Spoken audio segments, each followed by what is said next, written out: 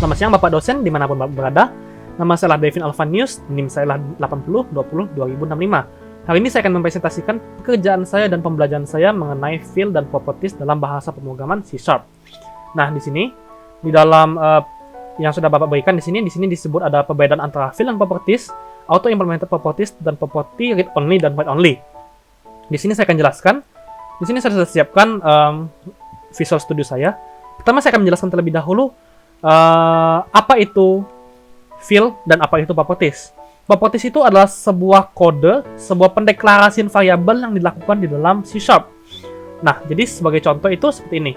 Ketika saya mendeklarasikan variabel public string nama, misalnya di sini, saya buat variabel nama. Nah, ini public string nama ini disebut sebagai field. Ini adalah field. Setiap pendeklarasian variabel yang diawali dengan public atau private disebut dengan field. Nah, apa yang terjadi kalau saya deklarasikan variabel di dalam metode? Sebagai contoh, saya deklarasikan nih string nama, bukan nama deh, misalnya alamat, misalnya gitu, alamat konsol headline. Nah, ini kan termasuk deklarasi juga. Kita mendeklarasikan string alamat di mana isinya tergantung input pengguna. Nah, ini termasuk field bukan? Bukan. Ini bukan termasuk field. Yang field hanyalah yang dimulai dengan public atau private. Seperti ini. Yang di bawah kelas, bukan di bawah method. Seperti ini adalah contoh dari field. Sederhana, selanjutnya kita akan membahas tentang properties. Properties itu apa? Properties adalah sebuah alat yang disediakan di dalam C# yang memungkinkan programmer untuk dapat mengganti dan menampilkan isi dari sebuah variabel yang ditentukan sebagai private. Jadi, contohnya kita buka kelas nih. Kita buat kelas. Di sini kita mau membuat variabel private ya. Tadi kan kita buat nih, public string. Misalnya public, kita selalu buat public selama ini. Nah, kita mau buat private. Contoh kita buat dulu. Private nama misalnya ya. Private string nama. Saya kasih nama di isinya adalah variabel namanya, isi dari variabel nama adalah Devin. Nah, apa sih private itu? Perbedaan private dan public itu apa sih? Private ini mengartikan bahwa variabel nama hanya bisa ditampilkan, hanya bisa diganti, hanya bisa digunakan oleh kode yang berasal di kelas yang sama. Dalam kasus ini hanya bisa digunakan di kelas 1. Jadi kalau saya mau, misalnya saya buat method untuk menampilkan variabel Devin, di sini dia pasti bisa berjalan. Tapi begitu kita mau panggil variabel nama ini ke program, dia nggak bisa. Berbeda dengan public. Kalau public dimanapun kelasnya, dimanapun programnya, dia pasti bisa dipanggil terus. Misalnya variabel nama nih, saya mau gunakan variabel nama di kelas 1, bisa nggak? Bisa, nyambung dia. Tapi kalau misalnya saya mau gunakan di sini, misalnya saya mau gunakan variabel nama yang di private di bagian program seperti ini, di sini, misalnya di sini, misalnya saya mau klik nih, misalnya mau console headline, itu nggak bisa. Kita mempraktekkan saja di sini. Kita coba praktek. Kita coba panggil variabel nama. Jadi variabel nama isinya Devin tuh. Jadi kita buat dulu dia punya objek kelas 1, namanya sini identitas, atau sama dengan new kelas 1. Terus saya console headline identitas. Nah, begitu kita selesai ngetik, ini lihat nih, ada garis bawah merah. Batu kita cek di sini. Kelas 1 nama is inaccessible due to its protection level. Jadi, artinya adalah namanya tidak bisa digunakan di program sini. Dia hanya bisa digunakan di kelas. Dia dilindungin gitu, di private. Seperti kalau kita lihat di IG, itu di private. Nah, dia tidak bisa dilihat oleh orang lain. Dalam kasus C#, dia tidak bisa dipakai di bagian kelas-kelas yang lain. Lihat, tidak bisa ada diproteksi gitu katanya. Jadi nggak bisa digunakan private ini. Variabel nama ini. Tujuannya apa kita private? Tujuannya adalah supaya ketika dalam sebuah program yang besar dan kompleks, variabel itu tidak sengaja terganti gitu. Jadi kan kalau sudah program sudah besar itu kadang dia variabelnya kalau kita salah kode, dia bisa terganti sendiri. Sebuah variabel tersebut dia terganti karena kita salah memasukkan kode atau salah penulisan kodenya, ada banyak alasan gitu, banyak faktor gitu. Nah, tapi dengan menjadikan private, kode yang kita tulis itu lebih kurang, lebih terhindar dari kesalahan, dan lebih terhindar dari penggantian isi dari variabel. Makanya kita menggunakan private. Nah, tapi pertanyaan adalah bagaimana caranya kita ganti, ya kita mengganti atau menampilkan isi dari variabel private. Caranya itu menggunakan properties. Langsung saja kita praktekkan. Variabel properties itu di sini. Kita buat dulu. Cara penulisan variabel properties itu sama seperti method. Karena properties itu adalah method, tapi method khusus yang disebut dengan nama aksesor. Jadi, untuk bisa menampilkan menggunakan properties, kita tuliskan dulu di sini. Untuk properties dia menggunakan public string, misalnya identitas 2 misalnya. Di sini kita ini adalah properties nih. Kita tuliskan di sini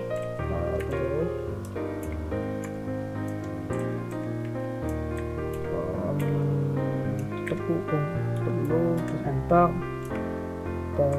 Di sini saya tulis get.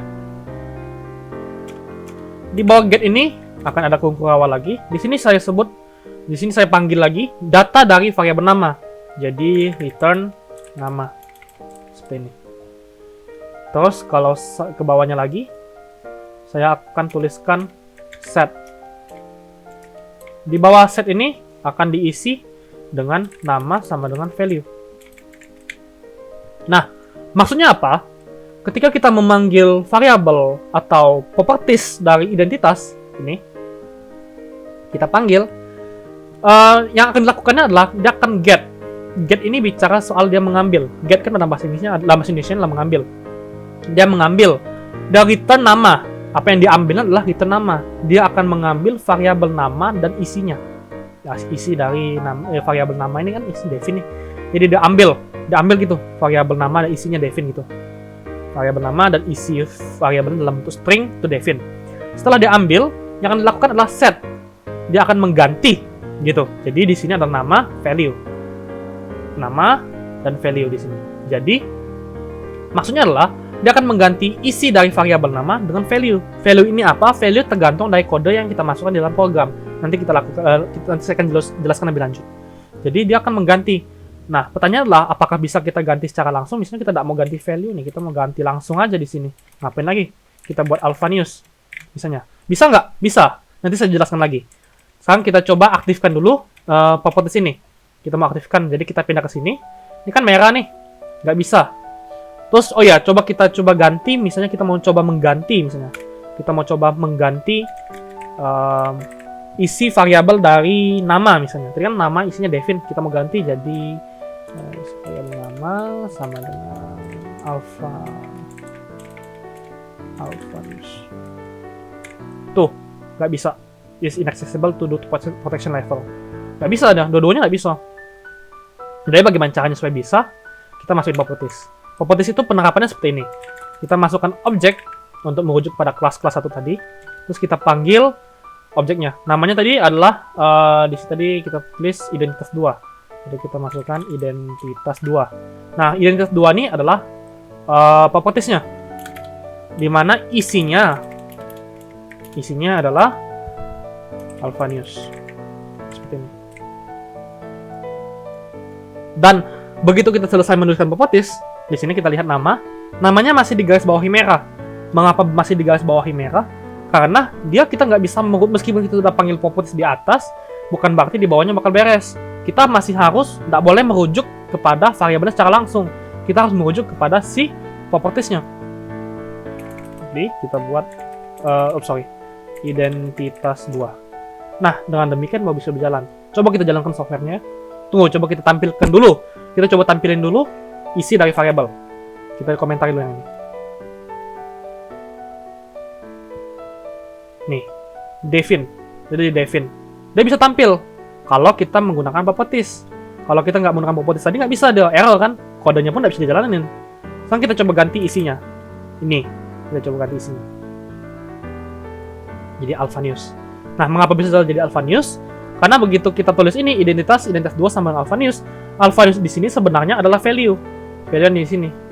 Jadi, waktu kita tulis alpha news, dia langsung nama sama dengan value. Dia mengganti, dia mendeklarasikan ulang variabel nama, isinya adalah ini alpha news. Makanya saya bilang tergantung dari si di program tadi. Nah, tapi bagaimana kalau value-nya kita ganti? Jadi misalnya hyper dalam bentuk string misalnya. Nah, string nih. Kalau kita jalanin apa jadinya? Yang akan terjadi adalah dia akan jadi hyper. Mengapa demikian? Karena dia nggak merujuk kepada value lagi. Jadi yang ini nggak ada gunanya lagi, jadi nggak akan pernah dipakai. Tuh, nggak akan pernah dipakai lagi.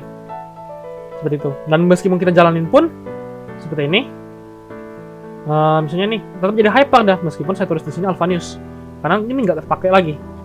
Seperti itu. Nah, jadi seperti ini adalah contoh field dan properties. Sebenarnya adalah auto implemented properties. Nah, auto implemented properties itu sebenarnya saya juga kurang paham karena berdasarkan materi yang saya dapat tuh saya masih kurang mengerti gitu. Tapi satu hal yang saya ngerti ini tuh melalui auto implemented properties menurut website dari Microsoft itu adalah untuk memungkinkan penulisan properties lebih singkat dan lebih padat tanpa memakan banyak tempat dan lebih mudah dilihat ketika kita si programmer tidak membutuhkan get dan setnya. Jadi contohnya seperti ini, ketika kita tuliskan misalnya kita mau buat variabel baru, kita mau membuat sebuah properties dan termasuk variabel. Jadi tanpa perlu buat sepanjang-panjang ini kita bisa buat lebih singkat. Yaitu caranya adalah variabel string, misalnya saya buat nama 2 di sini, terus saya isi di sini isinya sebagai misalnya define 2 misalnya. Nah, di sini kita tambahkan lagi kurung awal, get titik koma dan set titik koma seperti itu, dan tutup kurung awal lagi. Di sini kita tutup. Nah, seperti ini, satu garis ini adalah contoh dari auto implemented properties. Dengan hanya menuliskan menggunakan auto implemented properties, kita hanya perlu menulis satu line saja, satu line kode. Ini cuma satu line. Kalau kita menggunakan yang biasa tadi, dia harus panjang. Nah, tapi penggunaan auto implemented properties ini hanya terbatas ketika si programmer tidak mau menggunakan get atau set. Makanya kita bisa tulis seperti ini. Ini kosong nih get atau setnya. Jadi begitu kita console headline, contohnya kita console headline, terus kita tulis di sini identitas titik nama 2 seperti itu. Apakah hasilnya tampil? Tampil pasti. Tekan tampil. Nih, hasilnya tampil. Hyper tadi dan define 2 seperti ini. Dan hasilnya tampil, berubah dia. Dia akan tetap hasilnya tampil, dia akan menjadi tetap define 2 seperti itu. Nah, tapi yang menjadi pertanyaan saya, yang saya bingungin itu masih ya buat apa kita buat get dan set ini sebenarnya. Kalau kita hapus pun programnya tetap bisa berjalan kok gitu. Jadi buat apa kita gunakan get dan set tadi, auto implement tadi, kalau misalnya si programnya sendiri tidak membutuhkan get dan setnya. Di situ saya masih bingung ya, mungkin kedepannya saya akan cari-cari tahu lagi. Tapi ya memang saya buntu, benar-benar bingung. Jadi saya mohon maaf. Tapi ya yang saya dapat itu adalah satu, itu supaya membuat kodenya, penulisan kode lebih singkat kalau si programmer tidak membutuhkan get dan set. Jadi seperti ini adalah contoh dari auto implemented properties beserta pengertiannya. Nah, yang ketiga adalah property read only dan write only. Jadi tunggu saya ganti dulu. Nah, properties read only dan write only itu maksudnya apa? Ketika properties itu di sini, properties ini hanya mampu menampilkan saja atau hanya mampu mengganti saja. Nah, di sini ada get dan set. Get ini bicara tentang read only. Dan set ini bicara soal write only. Mengapa get hanya bisa read only? Karena di sini fungsinya, get ini fungsinya hanya untuk mengambil data dari sebuah variabel. Seperti kasusnya kita ini, di sini kita tulis return nama. Jadi get ini berfungsi dalam coding kita ini untuk mendapatkan atau mengambil variabel nama beserta isinya, yaitu di sini isinya yaitu string define gitu. Nah, kalau set ini ngapa hanya read only? Karena set ini berfungsi untuk men-set, mengatur, menuliskan gitu. Jadi makanya di sini kita tulis nama sama dengan value, karena dia fungsi set ini adalah untuk mengganti isi atau nilai dari sebuah variabel. Makanya kalau kita tulis di sini kita bisa ganti dan kita bisa mencetak hasilnya. Nah, bagaimana kalau kita buat ini jadi read only? Untuk bisa menjadi read only, hanya bisa dibaca saja, kita hanya perlu menghapus set ini, yang ini. Nah, 3 line ini kita hapus. Tapi karena kita jangan kita hapus ya, karena kita masih mau butuh untuk menjelaskan, jadi kita komentari. Anggaplah kita hapus. Waktu kita kembali ke program, lihat ini, identitas 2 sama dengan alpha news. Waktu kita mau ganti isi variabel define, isi variabel nama, dia tidak bisa diganti. Kalau kita lihat errornya nih, it is read only, cuma bisa dibaca doang. Jadi ininya nggak bisa dipakai kode ini. Apakah masih bisa ditampilin? Masih bisa. Kalau kita tampilin, namanya Devin dan tutup Devin. Karena dia nggak diganti, nggak terganti. Seperti itu. Nah, kalau misalnya bagaimana kalau kita mau buat jadi read only? Hanya bisa dibaca, hanya bisa ditulis saja, tapi tidak bisa ditampilin. Kita coba buat. Kita tutup juga. Kita yang hanya kita perlu lakukan adalah kita tutup get-nya nih. Yang get 3 kodenya kita hapus. Ya, kita tutup, kita komentari deh gitu istilahnya. Kita hanya buka yang set. Yang di set di sini, begitu kita aktifkan yang hanya yang set saja, begitu kita mau console headline, udah nggak akan bisa juga, jadi merah nih. Kalau kita lihat kodenya tuh, it lacks the get accessor, dia kurang get, nggak ada get dia. Karena nggak ada get, dia nggak bisa ditampilin. Nah, jadi seperti itu. Makanya, jadi kalau kita hapus get-nya, kita hanya membiarkan set, dia akan jadi read only. Kalau kita jalanin nih softwarenya, jalan nggak? Kalau kita komentari dulu tentunya ya. Kalau kita jalanin, jalan nggak? Jalan. Yang Devin 2 ini kan yang tadi ya.